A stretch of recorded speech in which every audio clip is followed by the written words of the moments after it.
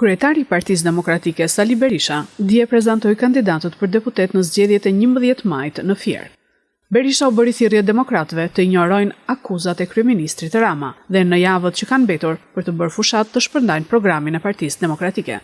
Kryetari i Partisë Demokratike Sali Berisha ju drejtua grave dhe vajzave me kërkesën që të mos mashtrohen nga batutat e Ramës.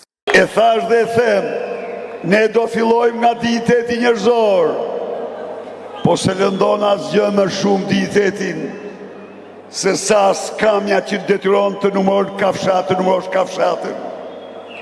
Se lëndon asgjë më shumë shpirtin e njeriu dhe dignitetin, se sa sofra që s'lejon të ushqesh fëmijët e tu, se sa sofra që s'lejon të japish 3 vakë të ushqim fëmijës tënd. Ndaj dhe kjo merr fund. Dhe jo vetëm kaq.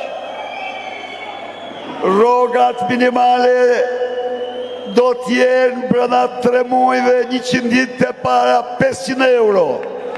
Asnjë rrogë me pak.